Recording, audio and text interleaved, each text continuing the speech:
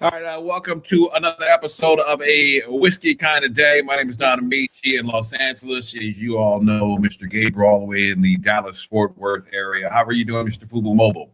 I'm good. What's good? Done, man. Hey, I'm fantastic, man. I am doing fantastic. It's been an amazing week. Yeah, man, I couldn't be happier. No stress. I should say, I ain't gonna say no stress. Stress is decreasing. The city is opening back up. The pandemic is subsiding. There hasn't been no pandemic for Texas for 6 months. You guys have been acting like it's been open, like there has been nothing floating around there.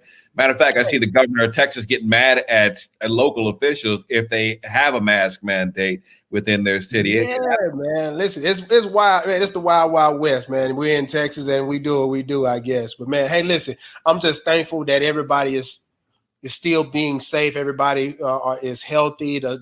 Things are starting to kind of make its way back to some sense of normalization. Things are turning around for us in the sense that traffic is moving, business is starting to pick back up. And man, I'm just excited to be on the other side of this thing to some degree, man, and we moving forward. That's all I'm happy about right now. Absolutely, man. Well, I'm glad. Cheers about. There we go. There, I've got a nice vintage Perrier, if you don't mind. Man, this guy here, man. Perrier, what is that? March 2021. March 2021. Well, listen, man, we have a great guest today. A person who you worked for before, who I can't wait to hear the story of how he fired you. Oh man, listen, one of the worst days of my life. Kidding. I'm kidding. Actually, man, that was probably one of the most instrumental days that I can pinpoint where I, as a professional, figured out who I was in the world of professional sales. So, man, great guest, man. TK is Tim Klein, but I know him by TK. Majority of people know him by TK. He's one of those people, man, from the day that I've met him. Let me put this back to this clip. Yeah. From the day that I met him, he has been nothing but a sense of encouragement, positive energy, somebody you can talk to, open to ask questions to. And here it is. I mean, that was 2007 when I first met the guy. Here we are, 14 years later? 14 years. How did you first meet Timothy? Man, so crazy enough, I met by way of another now longtime associate. I was managing a band that performed at a pool party at the Brookhaven Country Club in Farmers Branch here in Dallas. And he was managing a couple of NFL talent that was showing up. This was if I remember correct, this was a Dallas Cowboys preseason lunch party. He had some team members that he was managing. I had the band performing that night. And just one of those things, working the room, being the networking guy that I am, talking to people. I connected with him, and that day he gave me his number. He said, "Hey, if you ever need anything, don't hesitate to reach out to me." And, shortly thereafter, I actually needed a job. So I reached out and he gave me a job. What were you doing for him when he hired you? We were working for a debt settlement company.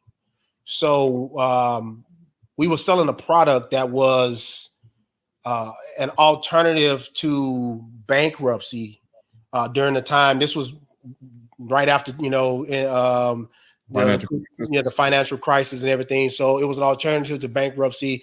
And we were selling options for people to get out of debt through settlement. And so, we walked through that process. And many times we were able to save people thousands on thousands of dollars.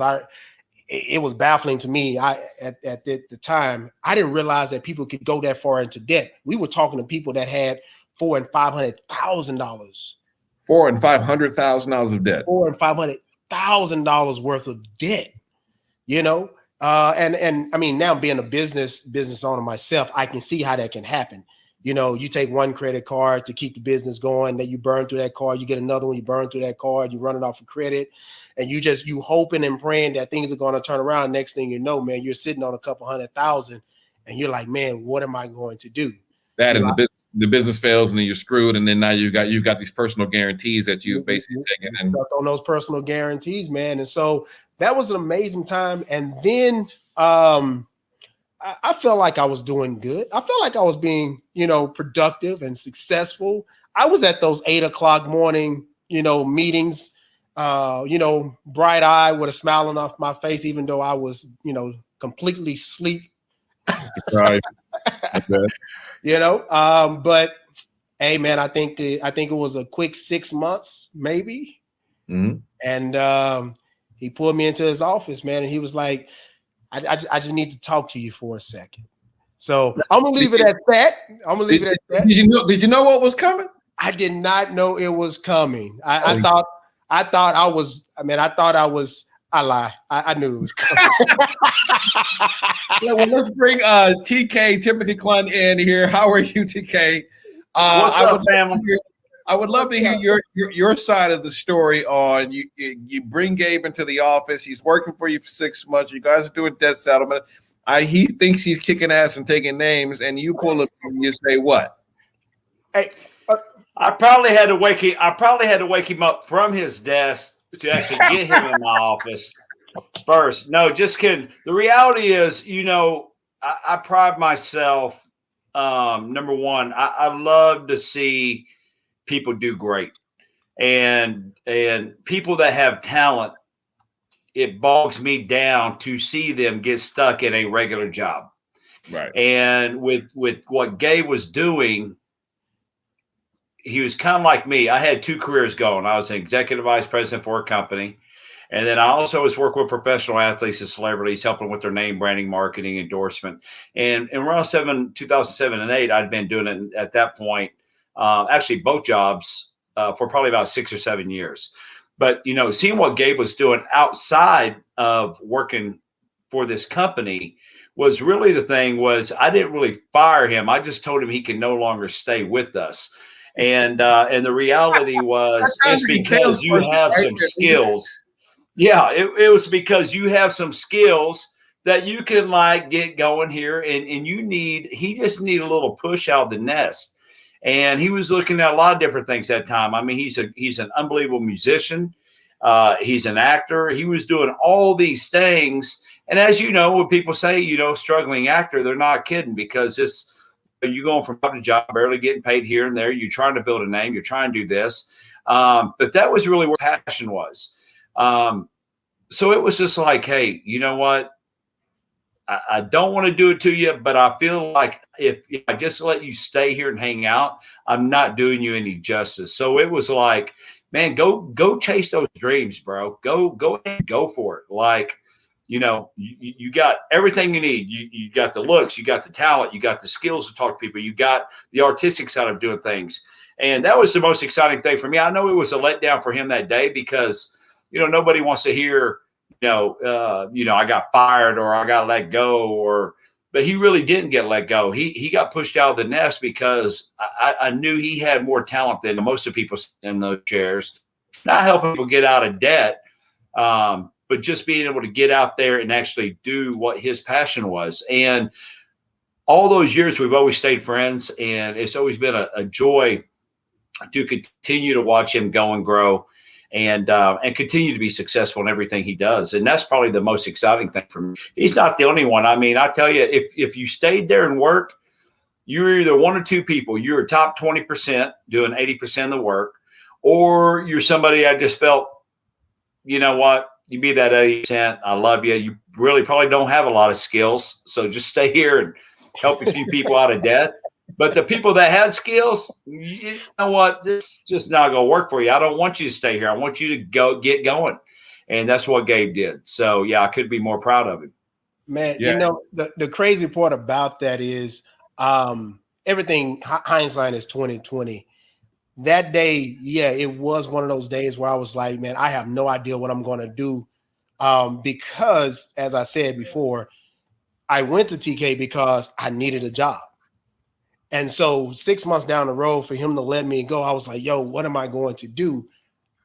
But the thing that he said to me that day, he was like, man, you have the personality to do something great, man. And that was the one thing that stuck out to me.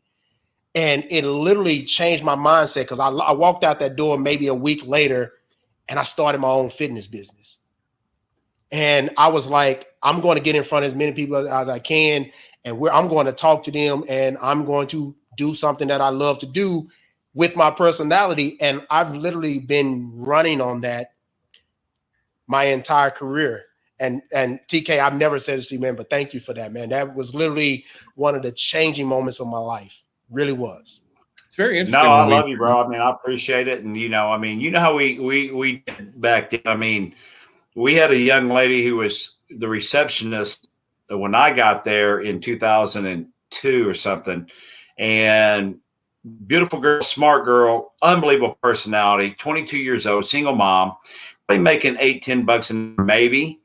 And everybody I talked to be like, man, your receptionist is awesome. And one day I went and talked to her and said, why wouldn't you take a chance to come get on these phones and help people? You're doing it already. I mean, that's your passion. People are calling in, you're being passionate about helping more. Come back here to sales and let's see what we can do. No, I mean, just the word sales just froze her up. And I told her, I said, I'll tell you what, I'm going to take a bet on you. Come back here, do this job. I'm going to pay, I'm guaranteeing your salary. So you're not going to lose anything in a chance. I promise you, I think you're going to find out at the end of the month, you're going to find a new passion and being able to do something else. And I said, here's what I'm going to do. Here's the deal. I'm going to cover your month.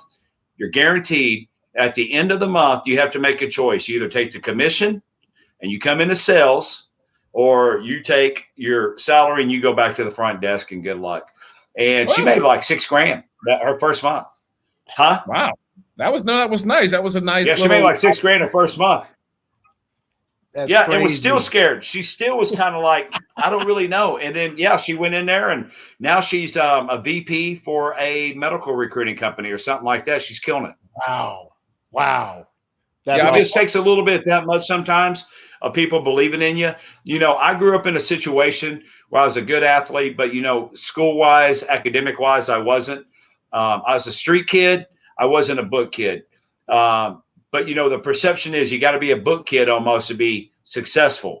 And so all going through high school and, my parents, what would be the good word? They didn't really have high hopes. They just like, if he don't get an athletic scholarship, we need to find something for him. And right. The reality is, I always thought that everybody's doing me a favor. I went in the Air Force. Came out of the Air Force, got a corporate job, absolutely annihilated. Everywhere I've ever been, I've annihilated. I've been overly blessed to be a very high performer. But I always at that point, until I was 29 years old, had thought that the companies were doing me a favor by letting me work for them. And I was in a car accident when I was 29, and I actually had my face redone on my 30th birthday. I died 4 times, fell asleep at the wheel, driving home. And while I was laying in the hospital, telling my mom I was worried about I was going to get demoted because, it's going to take 4 or 5 months for my head to get back on straight and blah, blah, blah. And my mom, of all people, was like, well, I would think they would be more worried about losing you than you should be worried about losing them, because I know what they're paying you. So that must mean you're making them a lot of money. And that's the first time actually right before my 30th birthday that I realized, wait a minute, I got value. I do have value. And it is a win. Yes, they gave me an opportunity, but I'm making the most out of my opportunity. But these people don't control me. And then not too long after, I kicked Gabe out of the nest because I knew he has skills to do great in his own life. The industry, the whole world pretty much fell apart, and the shareholders had brought me in. The second thing that had happened is we had a customer service VP, probably about the same time around Gabe, Because when the industry in '07 started going down, and we did national TV commercials. So have you ever seen TV commercial? Hey, if you're $10,000 in credit card debt, call this number, blah, blah, blah. I started those commercials. So my wife still hates those commercials to this day. But so what happened is our customer service, when the industry started going down, our media costs went up. So shareholders came in and said, hey, we got to start eliminating debt. And if this person ain't making X, we need to start letting people go. Well, we had a customer service rep who was making six figures. He's a VP. He, customer service to most people don't think they're a revenue generator. They're a great revenue generator because they keep people in your program. But shareholders don't look at it that way. So they're looking like, hey, this guy's a six-figure guy, not really generating anything. We need to let him go. So they let him go. And I went in. He was one of those guys who wasn't leaving quietly. So I went in, calmed him down, said, hey, man, listen, you're a stud. You're going to be fine, bro. He had his degrees. He was a great guy, but he was 55 years old. And I was 36 at the time. And he said, TK, I'm going to tell you something.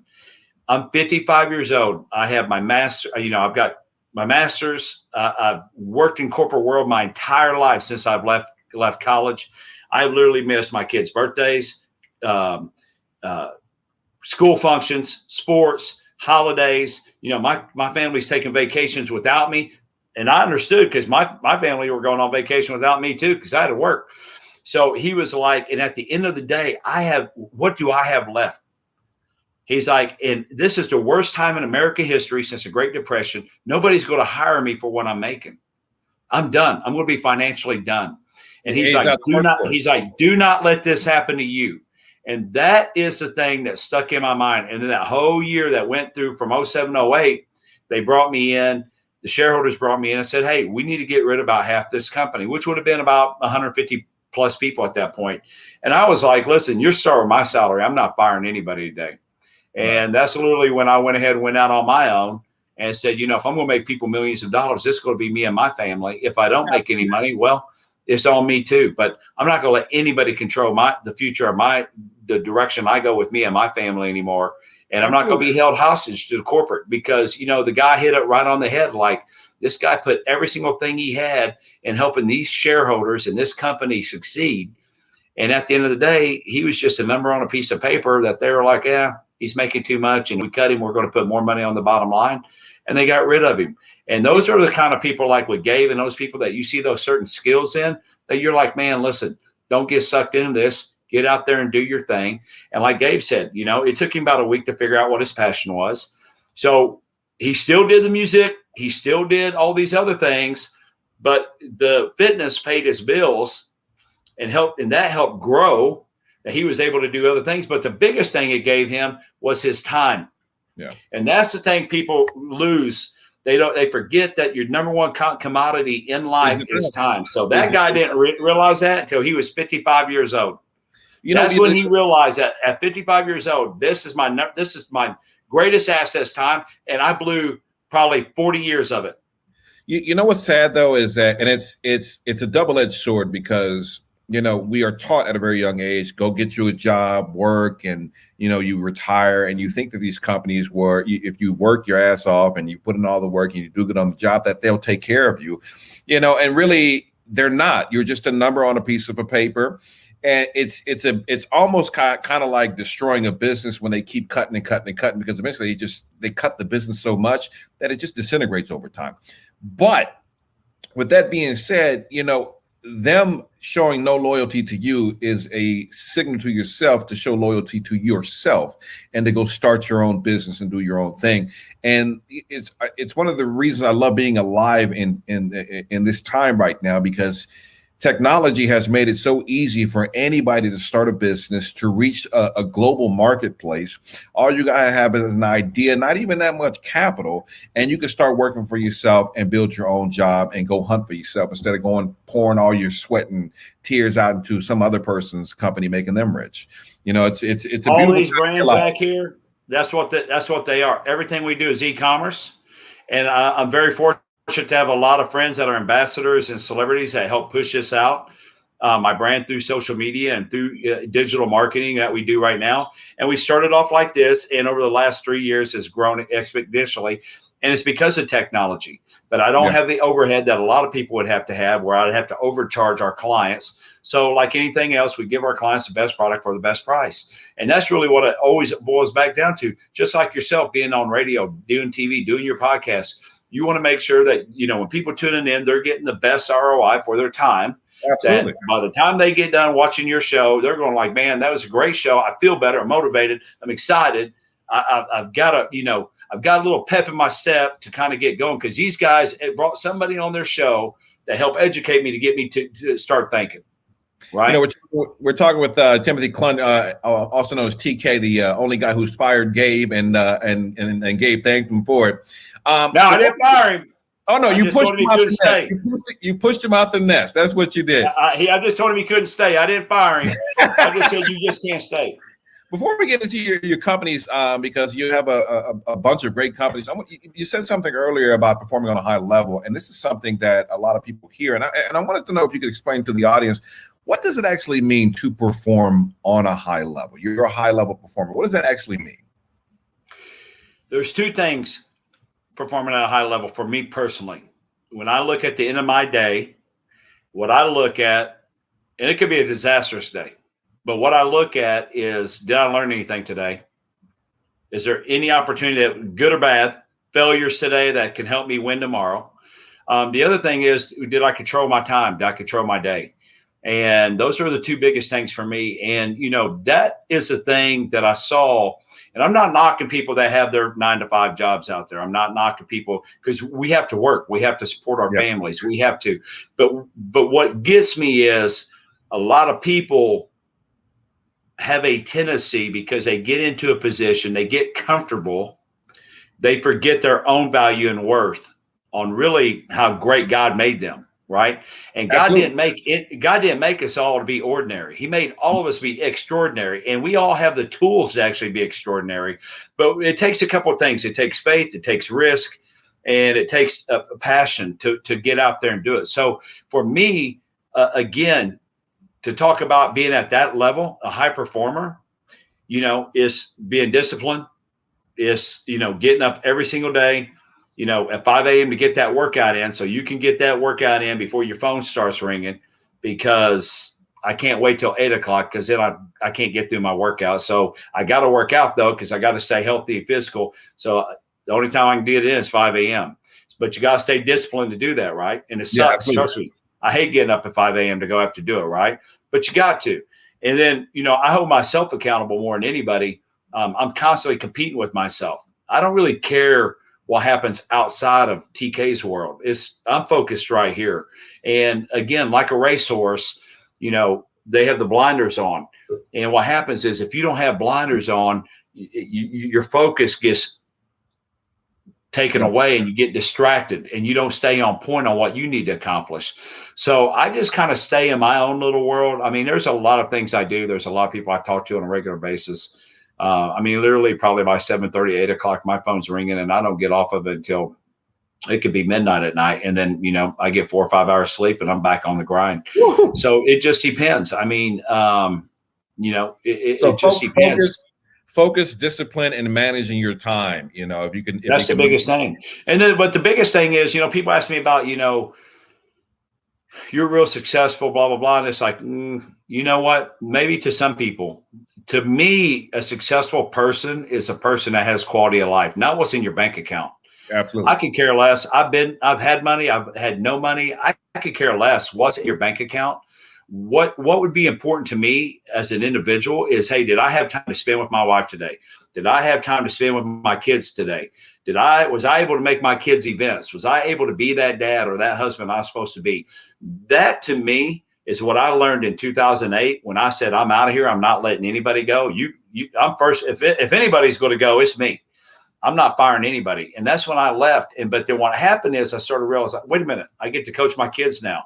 I'm at all their games. I'm doing this. I'm doing that. And we weren't making the crazy 6 figures we were making in the corporate world, but, we were getting by. But, spending more time with my wife, actually everything became so much better in my world. when I actually got refocused on what was important. Because for the longest time, I thought the most important thing was being that super high performer at the corporate level. More money, more money, more money is going to fix everything for us, right? The problem is we had all material things you could want. My kids and family were taking vacations all the time. I had one 2-week vacation per year, which stemmed from going to the Cowboys preseason practice in San Antonio, and they used to have it down there. We go down there for 3 or 4 days. My kids we do the VIP. They go on the field. They see their Patrick Craytons and the DeMarcus Wares and the Marion Barber and all their friends. And then my wife would take me to a place called Mo Ranch, which is in Kerrville. I would spend a week there. And why she picked that place because they had no internet service, no phone, wow. No internet. And there was a sign that I knew driving on 10 from San Antonio to Kerrville that when I hit this sign, it's a wrap for 5 to 7 days. But that's so good, I would though. keep really talking and slowing down, and my wife's like, "No, speed up." And it's like, "Okay, good luck to y'all. I'll hope the world's still here in 7 days, and you're gone." Right? My little flip phone I still got, gone. Right? So, but again, that was it. I mean, and then I was killing myself for what you think. Like you said, we get conditioned from TV, from movies, from schools, from everything. You know what I would, if I actually had the Bezos money, the Bill Gates money, the Mark Zuckerberg money, if I have that money, which I plan on having one of these days, what I would open up is an entrepreneur school at the high school level to teach kids, this is how you actually be successful. Okay. For yourself. For yourself. Like right now, my kids, I have an oldest that graduated tech 2 years ago. I got a youngest getting ready to graduate from college in December. I've got my youngest is going to be a senior in high school, and I'm already educating them all right now. Like, once you get of age, over 18, we're going to set up an LLC for you. We're going to get you to start learning how to do things for yourself, so you can start focusing on what you do. So you don't have to, you control your destiny. And that's really what it boils down to is I feel like I'd rather be broke and being able to at least control my destiny than to be overly wealthy and somebody controlling me and paying me to do it. That's just me personally. Our education system is not set up, and it really needs to be revamped so that they are teaching kids how to go and fish for themselves instead of going to go work for somebody else. And an entrepreneurial school is something that we definitely need. Even start trickling it in junior high school and high school, because that needs to be ingrained. Hey, start your own business. Here's how to incorporate, pick a product, start selling it, and start learning how to fish for yourself so that you can always be able to take care of yourself. That's understood. 100%. And, and again, even with myself, school, I struggled with school because school was boring. It wasn't passionate for me.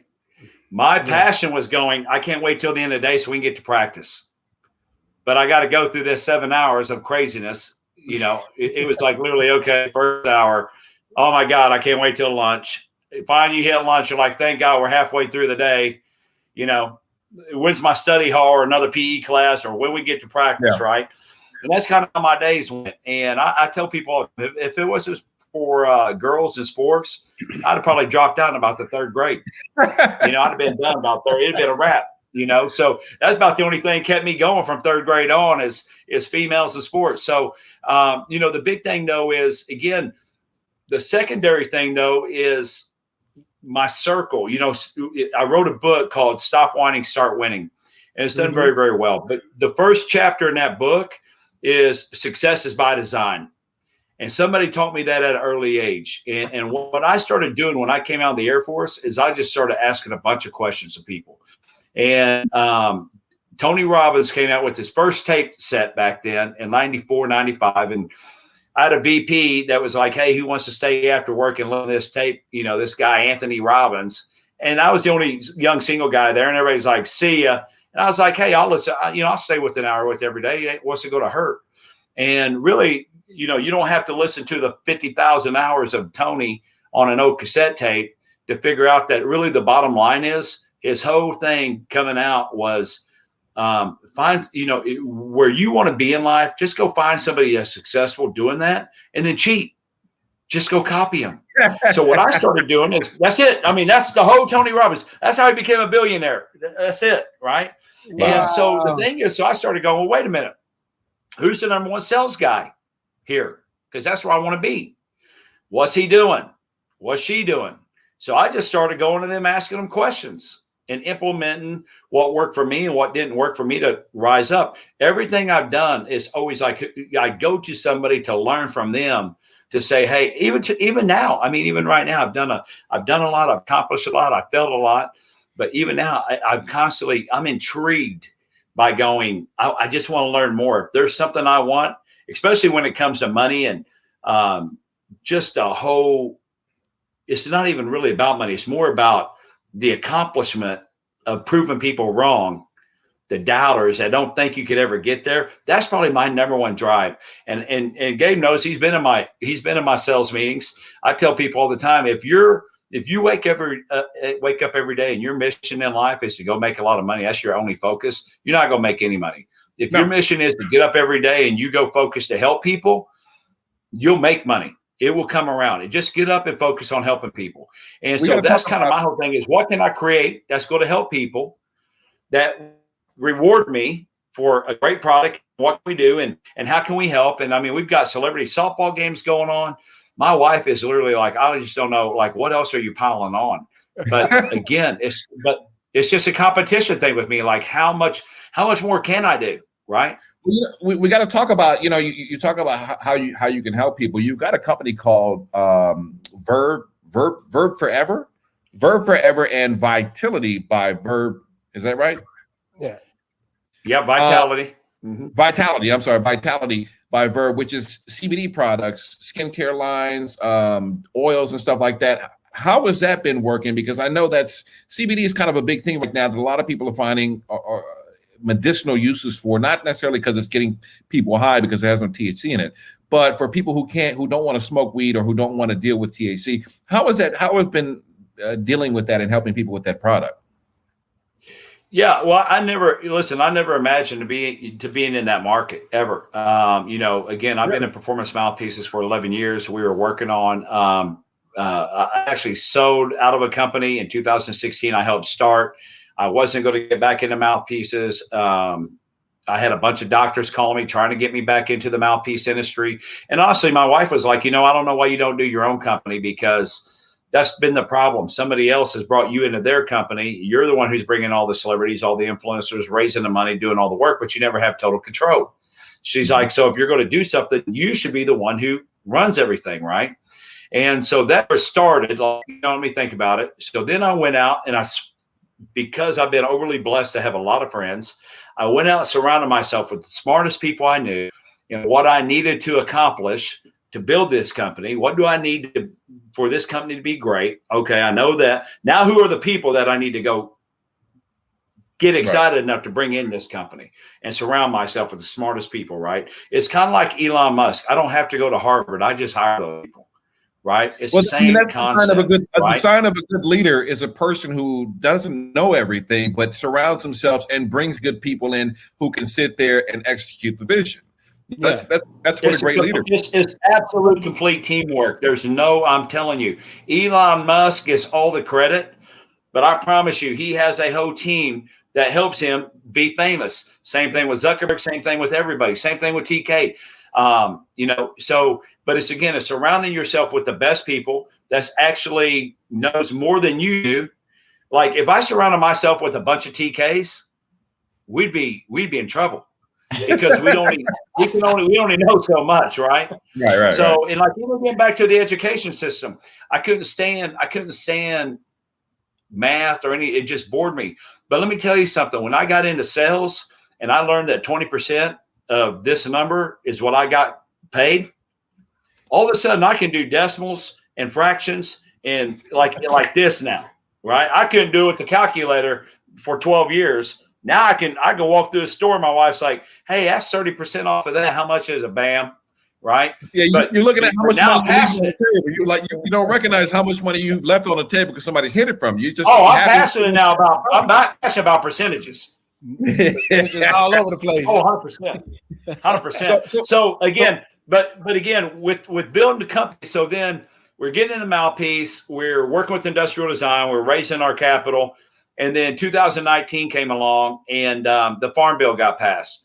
And what happened is I have seen over the last few years in the states that's already been legalized before it got legalized in all 50 states, what it was doing to help our veteran community get off their prescription meds. And that's what really caught my eye, because I've lost so many friends to suicide, veteran friends.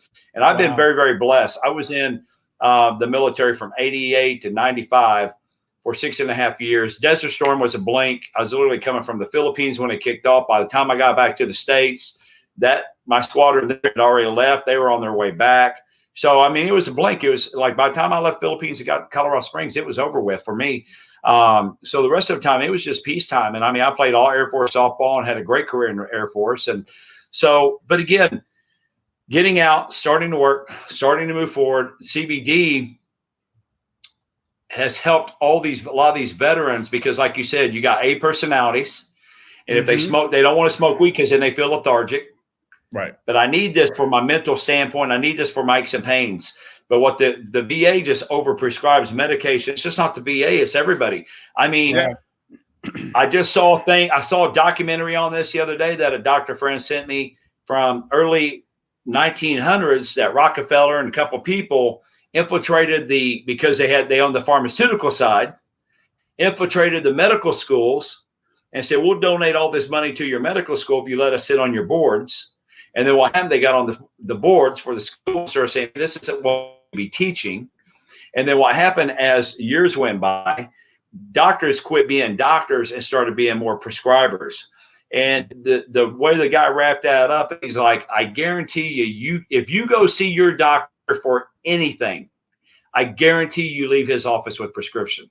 You know what? And I started thinking about it. They're incentivized to sit there and push medication out there. And then on top of that, the drug industry has kind of run so many ads on TV that gives the impression that you're just one pill away from being cured.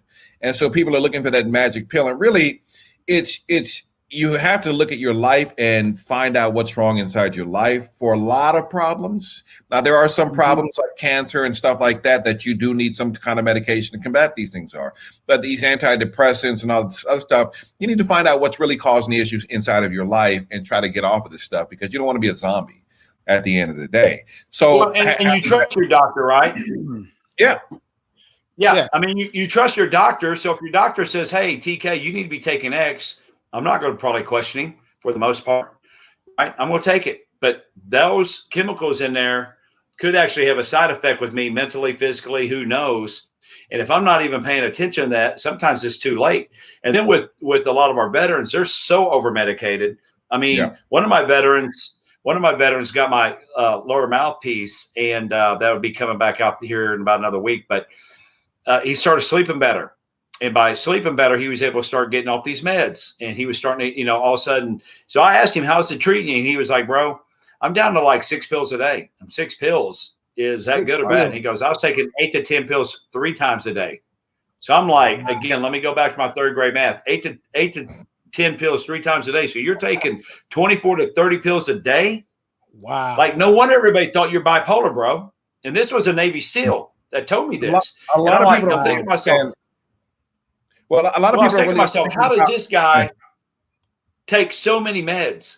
But if he's taking it, what about everybody else? That's when I started realizing, like, that has the numbers with suicide rate, those two coincide, right? And then you start looking at it on a larger scale. We have over 127 people this was pre-pandemic. Right. Mm-hmm. So you guys talking about the pandemic on your show a minute ago, COVID, there's more people losing their lives to suicide right now. Yeah. I mean, it's ridiculous what's going on because of everything from COVID. So the suicide rate was 127 per day pre-COVID. Right now, it's like 365 a day. Yeah. Wow. 365 people commit suicide daily. A lot of that is stress, the pills, the whole 9 yards. But again, we created the CBD side because the CBD is able to help a lot of people balance out without the medication by raising their cannabinoid levels up. And it just depends. And I always tell everybody, like, look, this ain't the perfect this ain't going to be a perfect fix for you either. If you're taking a lot of meds, first of all, you need to talk to your doctor. You need to see what's working, what's not working. You need to self-evaluate. I don't think we do that enough in life, is self-evaluate. Where am I at physically? Where am I at mentally? Where am I at here? I start my entire day off that after my workout. When I finally get the blood flowing where I can start thinking, it's like, okay, where am I at in all these phases, right? It's self-evaluating every day and keeping yourself accountable. And so we did the CBD, then we created an apparel line. But now, again, our performance mouthpieces are finally getting ready to come out. It's the VO2 Max, which is actually Verb Oxygen Max, which when you're wearing this and you're tensing, it's actually opening your airway. It's like the carburetor for your body, right? So when you got a muscle car that runs at high performance level, you got to have that carburetor where the air is coming through, keep that engine running at a high level. That's what this performance mouthpiece does when you're working out, when you're playing sports, when you're senior citizens need it. But we're taking it from an $800 custom fitted down to a $400, really $199 when you put your email in, you get the discount code. But this fall we'll come out with a $49 mouthpiece that everybody can wear, whether it's an upward protect your teeth or lower just for performance side. And that'll start being into Dick's Sporting Goods and Academy Sports and big box stores. We run national TV commercials on that as well. So, but again, like in life, I had an idea. We're going to be in the mouthpiece business. Okay. Well, now we went to CBD first, then we went to apparel. Now we're finally getting back around to the mouthpiece. Life, you have to be willing and able to move in grooves. Life moves in grooves. It's like flowing down a river, right? Yeah. And too many people get just so locked in that, I got to reach this goal. And there's so many opportunities that's coming by them that they miss them because they're so locked into this one thing that it's kind of like, hold on, mate, let me go ahead and focus. Well, wait a minute. This is a little bit off. Let me look at this. And then maybe I'll start flowing down this road for a little while. And I come back and, you have to be flexible and pay attention to the opportunities that you have in your life. Because I promise you, everybody, it always reminds me, if you ever seen the movie Dumb and Dumber, the original, at the end of the movie, Harry and Lloyd, they're walking down the street. We never get anything good happen to us, right? And the Hawaiian Tropic girls pull up. And we're looking for two guys to rub oil on us on this whole tour. right? And Lloyd and Harry are like, man, you're in luck. There's a town back that way that you could probably find a couple guys, right? Right. And then the bus leaves, and then Harry and Lloyd's walking down like, why can't something like that happen to us? Right? There's so many people that I'm telling you, there's opportunities that hit them. They completely miss it because they're not paying attention to it. And then the biggest thing is, I think the biggest thing for most people is just waste of talent. They don't give themselves enough credit that, hey, you actually are really great and you can be great. And nowadays again, we go back to Tony Robbins with the cheat system, right? There's no reason why people can't do what they want to do right now because, my God, all you got to do is flip up your laptop, get on your phone. And if you're looking for something, you can find it. It's instant gratification now, right? So if I want to be a super podcast, who's the number one podcast? How did Joe Rogan become this guy? How did Joe Rogan make money doing this? If I want to be this guy, how that girl did this, how this guy did this. I got a friend that she owns a insurance company. She's worth $1 billion. She started out of college. Like, I want to know, how'd you do that? How did you build it? How did you, how did you manage people? What did you do? Let me know. I want to soak it up because I'm going to cheat. I'm not trying to figure it out on myself. You say a lot of great things though. And you're absolutely right. God gave us everything that we need. It's all inside of us to be successful and great at life. And a lot of times we ignore it. We don't believe in ourselves. We're not paying attention, but you get those $1 million ideas, you're not acting on it, you're not operating at a high level, and you're just letting it pass away. And, if you're watching this right now, let this be your wake-up call to say, hey, I'm not going to sit there and allow these opportunities, these ideas that God is planting in my mind to keep going, escaping my mind and not doing it, not putting any action to it. I love that you basically said, how can I help people? And you have three or four different businesses out here that are helping people in different ways, whether it be the mouthpiece, whether it be the CBD oils, whether it be the skincare line or the apparel. And it's absolutely amazing to see you just kind of living and moving and operating at a very high level and managing your time and basically doing what you love. I mean, that's amazing. Done. The crazy thing, you do what you love, everything else is easy, right? Yeah. What you say? One of the craziest things about what he's saying is, one thing that I've noticed is a lot of successful companies, a lot of successful people, is their success is not really soulfully on what they're putting out in their business. It's their give back game. You know what I'm saying? What they're doing to give back to the community, give back to whatever it is that they're doing, that philanthropy side of them. That is the energy that draws the attention for people to trust what they're doing moving forward, whatever business they're doing. And I mean, to TK's credit, man, I was looking through your bio and I was like, geez, this guy's he got 15, 20 different charitable programs that you have these events tied to. And I mean, it's exactly that. I mean, the success that you have, man, you can pinpoint a lot of it to the sheer fact that people trust you. People surround themselves, put themselves in your presence to help you prepare whatever you're doing, solely because they know at the end of the day, your heart's in the right place. And it's not just about the money. It's about what this is going to do and the long games and how is it going to help somebody.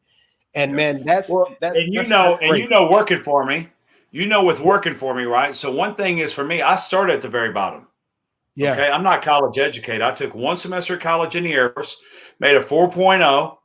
And I was like, what am I wasting my time for? This cutting in my softball time. I'm out of here. I'm leaving on top. I got a 4.0, perfect GPA. I'm done with college. Okay. So I left. So, for me, I've always felt like I'm the underdog, where a lot of people finish college and they feel entitled. Right? Like, okay, I just graduated from college. I should be right here now. And so I never really felt like that. But the one thing for me, and Gabriel will know this, is I have a huge problem with authority. My wife says that all the time. Like, you have problems with authority. Yeah, I don't like them. I don't like people trying to boss me or tell me. And so like me as executive vice president, and Gabe probably remembers, I mean, I was fighting with CEO. I was on my third CEO. And because, again, they don't look at the people. They look at the numbers. The shareholders don't know the people. They look at the numbers. And my thing was, go screw yourself. I'm protecting these people. I don't care what happens. These people, you're not touching these people. Right? And the other thing is, for me, when I was 27 years old, when I took a district manager role, and they were like, hey, we're going to, with a Fortune 500 company with manufactured homes. And he was like, hey, when you get going here, you got a chance to be a VP in this company. And it's like, great. And he goes, are you ready? And I said, 100%. He goes, you're not even close to being ready. I'm like, what do you mean? And he goes, well, do you even know how to boss people? Boss? Well, yeah, I know how to lead people. He said, no, you don't. He said, let me give you your first lesson. He's like, and at that point, I probably had, it's 12 stores. So probably 140 people on average underneath at that point out of 12 stores. So he was like, those people, you think they work for you. That's your problem. Okay. I'm not following. So if I'm the boss and they're underneath me, he's like, no, you work for those people. Your entire success depends on how you do in making everybody underneath you successful. That's your job. Yeah. Your job is to work for all of them to make them successful. The more successful they are, the more successful you're going to be. The more successful they are too, the more they'll love you because you're focused on helping them. So it gets back to square one, what we talked about. If I'm focused on the money, because I'm a district manager, I want to make $400,000 a year, and that's my focus. But my people hate me. I'm not making $400,000 a year. But if I focus on this side going, how can I help every one of these people make 6 figures a year? How do I get them motivated to do that? And I can do that. Guess what? Now I'm making more than $400,000 a year. Well, you're building loyalty. You're building not because loyalty. of TK. Yeah, it's not because of me. It's because of the people that have helped me. Most people don't really understand that if you sit there and take care of your employees and you sit there and give them what they need to, number one, be successful. Number one, you show them that you appreciate that they're working their butts off and you compensate them great. They'll work 3 times, 4 times, 10 times as hard for you for the same money just because they feel that they are being appreciated. And that's something that a lot of companies have gotten away from in this society, is not taking care of, not appreciating the employees. They're more numbers, disposable entities, and I can get rid of you right now. And a lot of businesses are finding out that people don't want to go back to work because it's like there's no loyalty there right now. Well, that's a generational thing where these businesses have gotten to the point where they feel like anybody can do the job. They can hire and fire as they need be. Whereas now businesses are realizing you need qualified people. You need capable people. You can't just have anybody. Otherwise, you're going to spin your wheel. But I'm gonna backtrack on. And you need motivate, and you need more than anything, motivated people. Yeah. So when I was working for TK, there was a couple things that always stood out.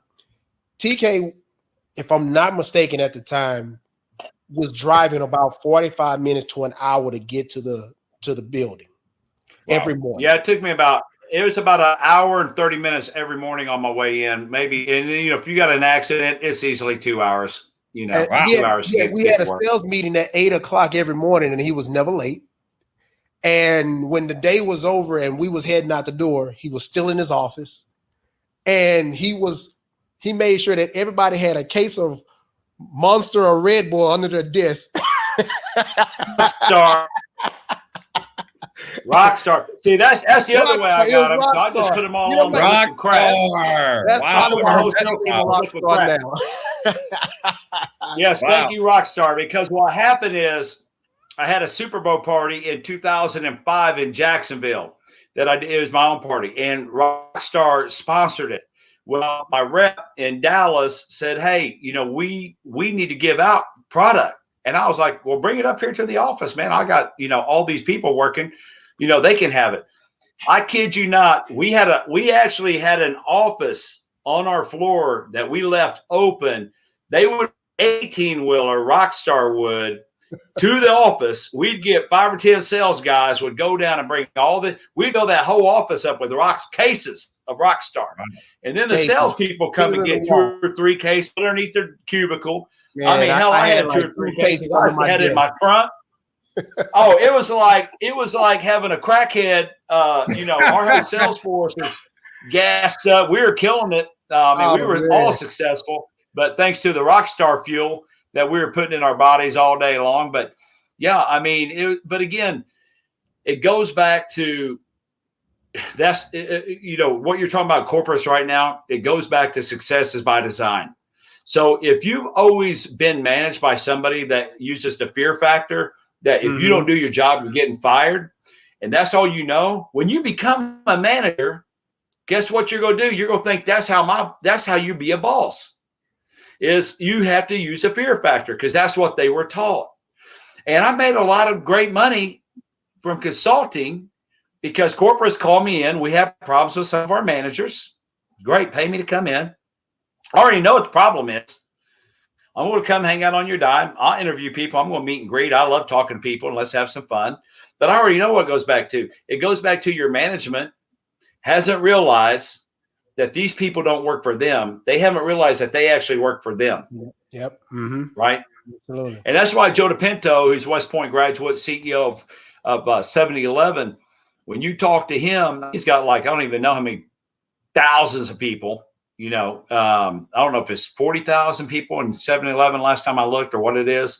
But, every day he has to get up and go, how do I start here at the top, help 40,000 people be successful? That's his first thought, right? But it starts with these managers and these managers and these.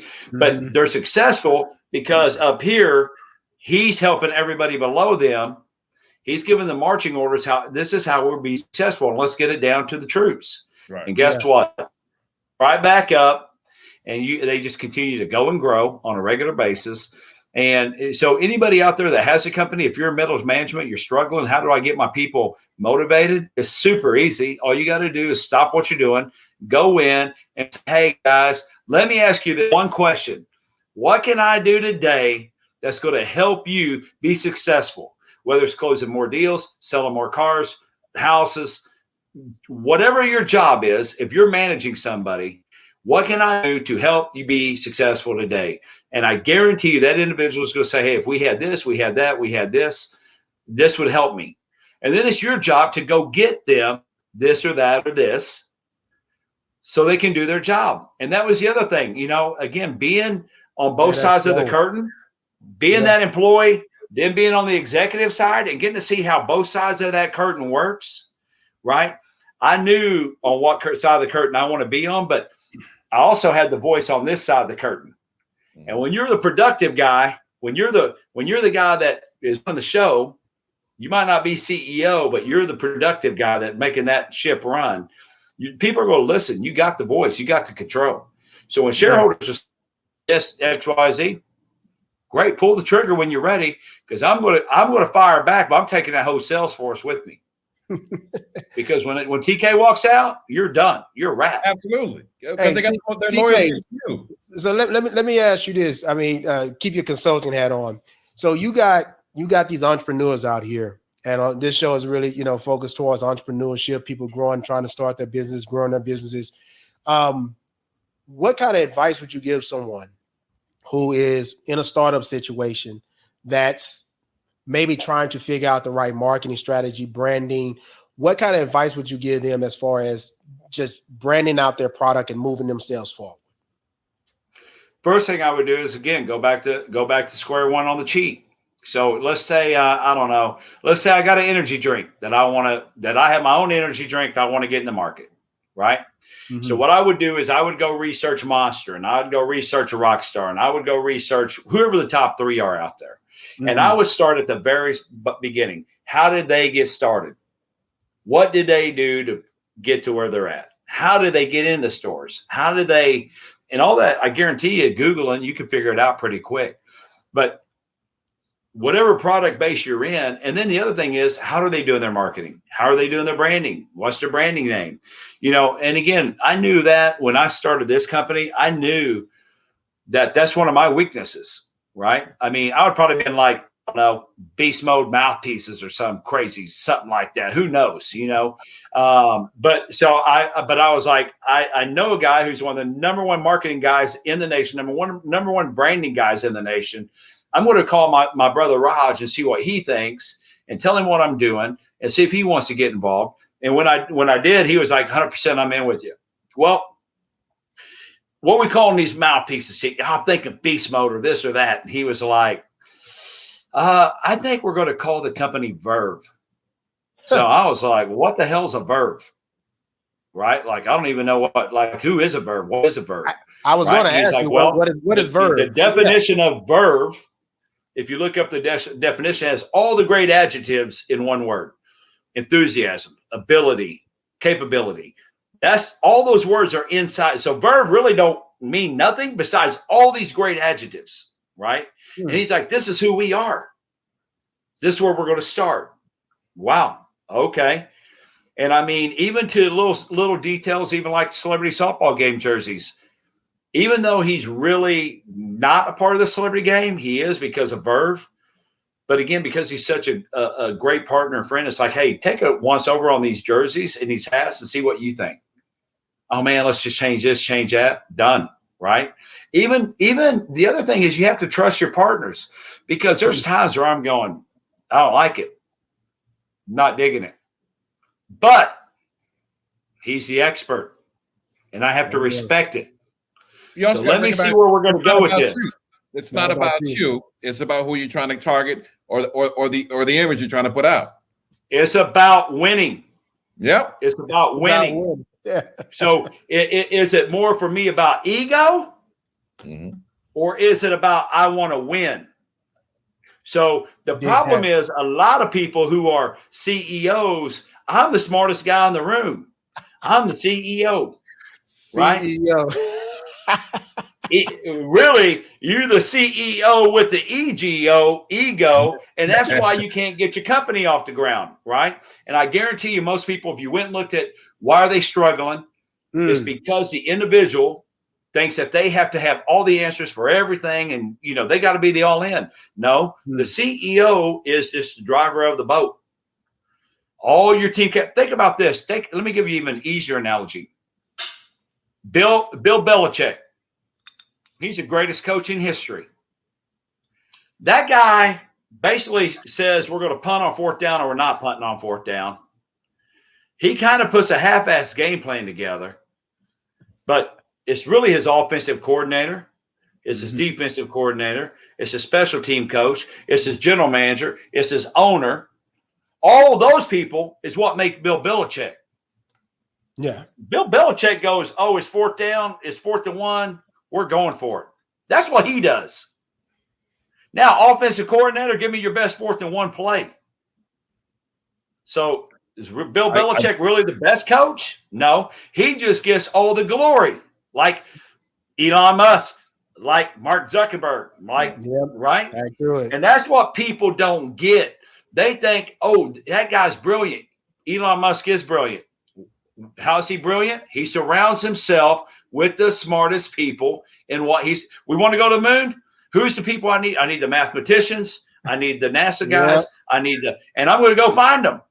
Right. And the thing about Elon, what you have to be as a good CEO, you have to be a good salespeople. You have to be a salesperson that can, this is my vision.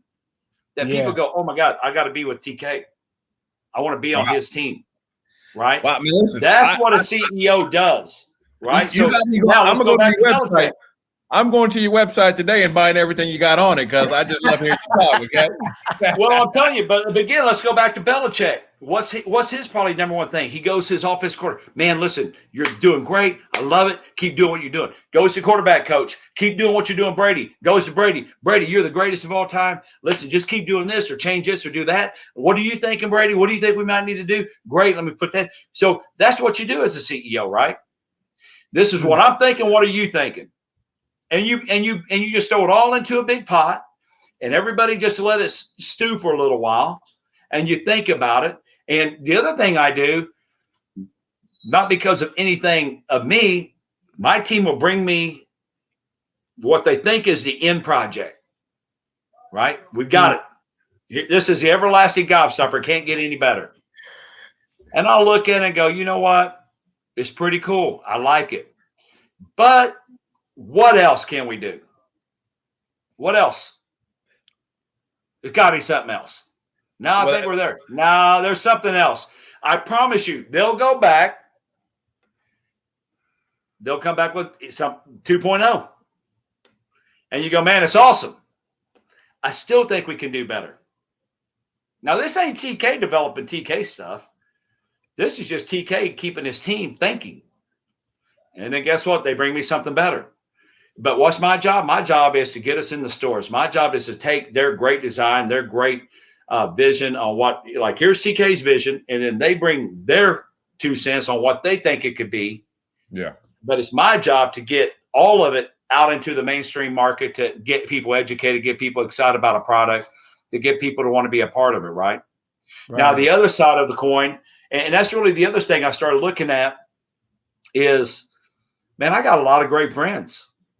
I got a lot of great family in the professional sports world, in the movie industry, in the arts, in the you name it. And how can I help them help me? Right. How can we all work together? And so, a lot of, again, 2 things that have made me be successful. Number one, spelling a lot, trying things that don't work. You got to don't work. It's going to happen. When you can get to a point where adversity is laughable, like no matter what, you're going through it. That's the whole principle. When you can get to a point, when you can get to a point where you're like, hey, I can deal with adversity. It's not, most people deal with adversity, hits them, they're crumbled, they're done. Right. They're in business, something happens, they crumble, they're done. They can't handle adversity. When you can get to a point where you can handle adversity, listen, I have great days, I have horrible days, but all my days run the same. You have whiskey kind of days. or her tequila kind of day, right? There you go. Well, listen, man. So the other side of it is, but when you can get to a point as an entrepreneur, even in your workplace, that, hey, there's going to be good, there's going to be bad. It's just part of life. It's just part of the day. And you don't let it take you emotionally one way or the other too much. So on great days, you're not like, oh my God, this is the greatest thing.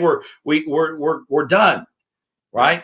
But then on your worst days, you're going, oh my God, I'll never get out of this. I'm done. I'm an idiot. I'm a failure. I'm in this, I'm in that. And I'm just giving up and I'm just going to go back. No, it's always, no matter what, you're still right here. Did that happen? Yeah. Or did we die? No. Okay. Then we still move forward. Right. Wow. And that's how we have to look at things no matter what we do. You dropped a lot of jewels, man. You dropped a lot of jewels. I want to thank you for coming on the show today. This has been an amazing conversation with you. verbforever.com is where you can go check out CBD. The Mouthpiece also is going to be on there. Be looking for that. A lot of people coming out. It'll be underneath a new brand. But the big thing I want to talk about is we have a big celebrity softball game coming up June 12th at Globe Life Field where the Texas Rangers play. Again, being myself, what else? We've taken games from AAA, AA, single A to Globe Life Field now, and they've been great partners. But, myself, Matthew McConaughey, Toby Keith, Roger Clemens, and their foundations, we've all partnered up and started off in a game doing University of Oklahoma versus University of Texas. That kickoff OUT weekend here in Dallas. And if you're from Dallas, you know how big that is. You're from Oklahoma, Texas. You know how big that weekend is here in Dallas. We have a Thursday night game that kicks that whole weekend off. It's alumni of the great OUT. Well, after the second year of that game, all my other celebrities started complaining, guys and girls, going, hey, that's really cool, but it sucks. What about us? We want a game too. So we started a game in 2019, put it together in probably 45 days, did very well. 2020 kicked us out of both games because of COVID. The Rangers came back and said, hey, why don't you have your games with us? So we moved this game to Globe Life Field. But then my veteran community of influencers, guys and girls. So what about us? Screw those celebrities. We want to play too. So now we have a veteran game first of amazing veteran heroes, guys and girls. Then we have our celebrity game right after. I mean, you're talking the DOC playing in it, Richard Rawlings, Brooke NC, Stacey Dash, Kaya Jones from Pussycat Dolls. Who else? Ezekiel Elliott, Michael Irvin, Michael Young. I mean, it's all over the place. And again, Richard Rawlings from Gas Monkey Garage or whatever the Gas Monkey is he got going. He's got so many. He's kind of like Bird. If you watch Richard Rawlings, he's another guy. He's all over the place, man. He has Gas Monkey Garage, but now he's got Gas Monkey this, Gas Monkey that. But that everybody knows him from the Gas Monkey brand, right? Yeah. Same thing, same type of deal. So June 12th is that game at Globe Life. So be there. Your book, where can they pick up the book, Stop Whining and Start Winning? It's on Amazon. Okay. And I think it's on Amazon for like $6. I don't even care to make any money off of it. I just wanted that book to be a book. When the publishing group came to me and said, man, you got an amazing story as a veteran, done a lot of really cool things. Being executive vice president of a Fortune 500 company without a degree, like people need to know. And so tell us your biography. And I wrote it when I left in 2016, the other company. I was like, I don't want to do a book. And they're like, well, you're out doing speaking. Man, do a book. And I wrote my biography. It was unbelievably very therapeutic, actually, of just starting at day one and just kind of remembering all the things that you might have forgotten about in your life, good, bad, ugly. But then I wrote it and read it and called the publishing company back and said, hey, I'm done. And this book sucks. It's about me. I wouldn't buy it. I'm not publishing it. I don't give a damn. We're not doing no book. And it's not about you, though. It's not about you. It's about who you help. Yeah, and they're like, no, you got to do a book. I said, I tell you what, if you let me write a book that can help anybody at really any level, I wanted it from a high school level. Let's go back to what we talked about early on about entrepreneurship at schools, right? You let me write a book that somebody in ninth grade, eighth grade, seventh grade can read, pick this book up, understand it, grasp it, and I can help them cheat on a few things in their life that can help them move a little bit faster down the line of success. You let me write that and I'll do it. And I wrote it. And then they came back and said, We've never published a book this small. You know, you need about another 50,000 words. And I'm like, look, this is a take it or leave it. Like I'm done. And they ended up taking it, and it did so well, the first one, that we ended up doing a 2.0, but the 2.0 is actually a workbook. So you can take notes in it. And it's just a little paperback book. I mean, you could probably read it on a trip from Dallas to LA. You could probably read the whole thing. But again, it's all secrets that I've learned from some great mentors, from research, from, you know, everything. Everybody in my life is at some point, everybody you meet plays a role in your life. People just don't realize that. You could be talking to a homeless guy, and you'd be amazed at the impact that homeless person can have on your life if you just listen. Absolutely. And don't take that individual as a homeless person, but take him as just a person and have a conversation. You'd be surprised at some of the things you can learn. So I really think, and again, because I think God's always throwing so many great opportunities at you. Like, think about if you have kids, what would you do for your kid? Right. What kind of advantages would you give your kid if you could help give your kid an opportunity to have better advantages than other kids could have? But this is your kid. That's what God does to us. But like our own kids, as a parent, when you're going, you know what? I talk to people all over the United States. I have people call me all the time. You name it. Read my book. I love your book. All this stuff. You know, the hardest people to reach in my life are my kids. Hey, send them a text message or DM them on Instagram. There, you can reach them on there. Okay. They block me. Them little mothers block me. So the thing is, again, why? Because my kids are like, dude, that's just my dad, right? They don't really see the dad on the other side of the curtain.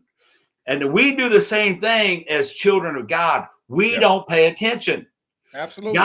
God's pretty much blowing blessings at us through a fire hose all day long. And most of us are walking around like Lloyd and Harry.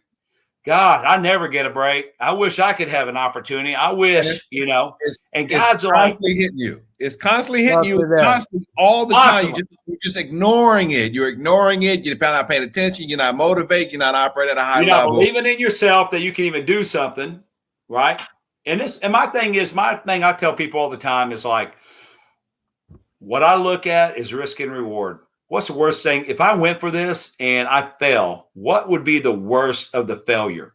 Right on. Then if I can live with that, then let's go for it. Let's go for it. Right? If I can live with it, what's the worst somebody can say to you is no. Okay, well, then I'm in no better situation than I was from the get-go. I can only win from here. You know what I'm saying? But you can only go up if you don't do anything. Yeah. Drive, determination, persistence, those three things, I'm telling you, if you stay on top of yourself, drive, determination, dedication, those are the 3 Ds. And then the other thing is, because it's on a time constraint, you'll read this in my book, the 3 Bs I learned when I was probably 29 from the radio, I was about probably 31, CEO of Radio Shack. He told me, when you come in to speak to me next week, you know the 3 Bs. Make sure you know the 3 Bs. I thought he was joking. I probably had a dumb smart ass look on my face, like, ha. And he's like, do you know what they are? And I was like, no, sir, I don't. And he was like, be quick, be brilliant, and be gone. Those are the 3 Bs when you come and talk to me. And I thought about it, and I thought it makes perfect sense, because the guy's he's busy. He don't have time for people to come in his office and BS around. So then when I started thinking, it's like, well, hey, wait a minute. Not only am I with him, that when people come to me, I want them to be quick, be brilliant, and be gone, because I got other things to do. But I need to give people the same respect when I'm talking to them, that their time is valuable, that I need to focus on what I need to get to. What's the win-win in this conversation while we're even talking? Let's move, right? Be quick, be brilliant, be gone. If you can follow the 3 Ds and 3 Bs, you'll be fine.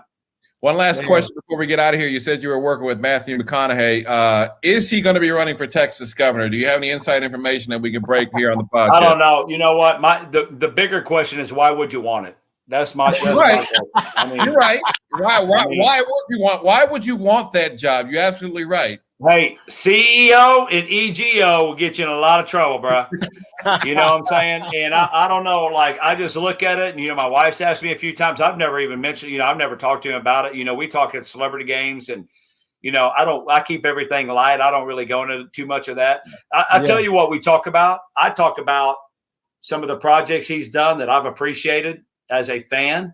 And I like to know the behind the scenes of, man, when you were doing this, or you were doing, what's the one he did with Woody Harrelson, the HBO series. I'll think of it here in a minute, but it was so dark. And how did you get ready for that role? And I like to know those type of things. I really could care less about being a guy. Honestly, to me, I don't trust any politician. I don't care what side of the fence you're on. I don't even trust a damn dog catcher, because you know what? They're all in it for themselves. Absolutely. And you know what? They try to use us all as puppets, the media, you name it. And they try to put everybody against everybody. And, I tell you this, I've had a lot of people, the whole race thing is a constant thing blowing up, and I'll end it on this. And when people are talking to me about race and this and that, and I'll ask them, I'll say, you know what? How many conflicts did you have today because of your race, being out and about? And they'll be like, really? None. And I'm like, if you didn't have the media telling you there was a race issue, you wouldn't even know there's a race issue. If you didn't know the media was telling you that all these people are dying of COVID, which now we're finding out through the CDC that really only 5% died, which is actually about 25,000 people. So it's not really the pandemic you said it was. But because the media told you you're going to die if you don't do this, would it really have affected us if we didn't know? Honestly? Yeah. Would you really know? Probably not. Yeah. So that's why I tell everybody, like, man, I don't watch TV anymore. I quit watching TV because I don't trust anybody. Yeah, after the last election cycle, I had to turn it off. It's just gotten too nasty. I don't want that energy inside of me. You have good, you have evil, and politicians get rich off keeping us suckers. Absolutely. The population. And they want to keep us poor. They want to keep us in this boat. They want to keep us in all this. And even like now, it's racist. Mathematics racist. Right? So let's just keep our kids as dumb as they can be growing up. And if they're dumb growing up, guess what? They can't ever be anything. Yeah. Because you take away education, you take away the opportunity for people to be successful. All the opportunity. And if you're not successful, then what do you have left? You have the government giving you what you need to survive, right? And then they got you. Yep. That's exactly what they got. The government loves the victims. Man, TK. The only race I care about, honestly, boys, is the human race. And everybody in between. And, God made all of us, with just a few different categories on skin pigmentation. Beyond that, we're all the same. And Gabe knows, I mean, I got a black mom. I got a white mom. I've got my mother-in-law's Latino. My son, I got one son that's brown, one son that's white. One daughter that is damn Irish pasty white. I don't even know where she gets at. I mean, we got them all. I mean, if you have me and my wife and our kids all standing in a row, I mean, it's like, man, it's like a Sesame Street who don't belong. And hell, there's like 2 or 3 of us in that group that could get kicked out. Who knows? But that's the thing. I mean, people need to take care of each other out there. And they need to quit being bitches and start being heroes and saying, hey, it ain't about me. Everybody, that's what social media has done to people. That's what everybody has made everything about them. And it's so not bad. About you. It's horrible. Social media has ruined a whole generation because it's all instant gratification and it's all about me. And if your life doesn't look like somebody else's life, you're depressed and it's horrible. It's horrible. That's why, you know what? And I'm on social media, not a lot, but what I do is I try to get a motivational quote in the morning, post it. I try to get my biblical, post it. And then I'm out. I'm all the celebrity game I'm posting, but I post and I leave. Like I got to put this on, I'm out because it's just too depressing when you start reading down to. I mean, hell, you want to go up and beat your neighbor's ass after reading about 10 minutes of social media, and that poor 90-year-old lady, hell, she probably wait for me to come over and shoot me with the damn gun or something anyway. So, but again, people need to just take it. It reminds me of the do the right thing, chill out, relax. Everybody needs to take a breathe and get back to freaking being human, the human race, everybody watching after everybody taking care of everybody, get rid of the BS, race BS, and let's go. Let's get back to the world of being successful and helping each other out. I think if everybody took that approach, like what can I do for somebody today? I guarantee you their day would end up being better, and so would the individuals they run into. Hey, love. That's what we need. We need to love one another. Love, baby. Thank you so much for hanging out with a lot of great jewels. Amazon, birdforever.com, all the great information out there. And I can't wait for the mouthpiece to come out. I appreciate you guys, man. Keep doing what you're doing. I'm proud of you both. Again, tell us the celebrity baseball time, date, and all that stuff. Celebrity June softball. 12th, gates open at 5 o'clock. You can go to celebritysoftballclassic.org. Everything's on there. The rosters are on there for both games, and it's going to be something special, a lot of fun. We're actually at the Rangers ballpark today for the Rangers Yankees game. Me and my son and one of his college buddies that plays for TCU, and I'm a diehard Yankees fan, even though I have my Rangers hat on today. But did you feel like a traitor? I'll tell you what, I don't know after today's game if I'm wearing that Rangers hat much more, even when the Yankees are in town, because it's getting bad. Come on, hey, come on, football season. That's where I'm at. There you go. All right, TK, thank you so much for hanging with us, and man, much really love, much success. I love you guys, man. You need me, call me. You got it, man. Talk to y'all. All right, bye. All right, man. The TK dope. Wow. Man. Listen, man. Like I said, man, from day one, man, he's been an asset and a resource and a friend. From day one. So, man, I can't thank him enough. He said a little fun note we were talking earlier is that he went to I used to live in Wichita Falls, Texas, in northern Texas. He was in Shepherd Air Force Base, which is a tie to the city, so he knows the crap hole that I used to live in. But he said he's from Mississippi, but he reminds me of a Texas boy. I tell you. He reminds me of a Texas boy. There's something about that gregarious personality. I run into it too many times in Texas, and just the old Texas charm that he has. Man, well, listen, man, maybe it's not Texas. Maybe it's just good people. No, it's a Texas thing because I ain't running into any other place in the country. It's only in Texas I run into it, but I love it. You know what I'm saying? There you go, man. All right, we're out of here for another whiskey kind of day. Man, keep bringing these tips on, man. And FUBU Mobile, definitely get down there, check the shop out. Where can they go check the shop out in Dallas? Hey, man, you can come and check us out, 2500 East Pioneer Parkway, Arlington, Texas. Just 2 miles shy of that beautiful Globe Life Stadium ballpark where this game is going to be at. I'm definitely going to be in the building. I was at the last one back in 2019. We had a lot of fun. So I'm going to be at this one again. And then, of course, man, if you need to check FUBU Mobile out, FUBUmobile.com. We can take care of you online as well, man. And so we just go keep doing our thing. And done, man, you got your new show coming up. How's that working out? Don Amici versus everybody with Krista and Kiara. We're going to be launching. The station kicks off on Juneteenth officially, so they're going to be. I think it's the weekend, and so that following Monday, I'm going to be on the air, and this is probably going to be the first of many radio stations to come. A couple of year absence from the airways in Los Angeles, and I'm glad to kind of be back on the radio, and just going to be great, man. All right, man. Well, I'm going to be waiting on my invitation to come on the show and be a guest speaker. Well, listen, we got to pump that FUBU Mobile brand. Come on now, we got it. Let's do it. Call it on my friends, man. Thank all of you guys for hanging out with us. I know it was a little long this show, but man, a lot of great jewels from TK, and then we'll see you on the next episode of A Whiskey Kind of Day.